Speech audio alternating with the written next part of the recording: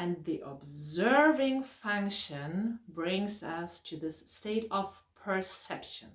We are perceiving what is. We are basically like a camera which is like recording whatever happens.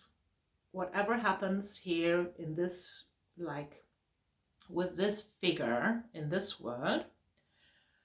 And we don't judge about anything because camera doesn't judge. It's observing, and we can do much more than the camera. We are perceiving this moment's energy and this moment's requirements. Because if we are observing, this magic happens that we are automatically in this moment, and we will perceive what this moment requires now, here and now, for our own figures. Like, what does this moment require? What kind of action? What kind of like,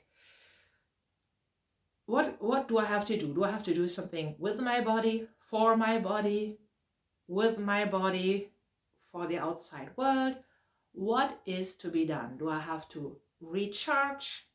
Do I have to give, produce?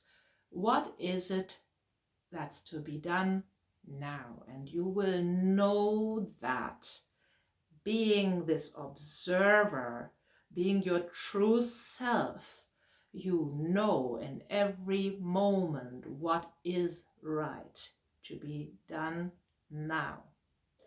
What is right in this moment and what is right for you in this moment.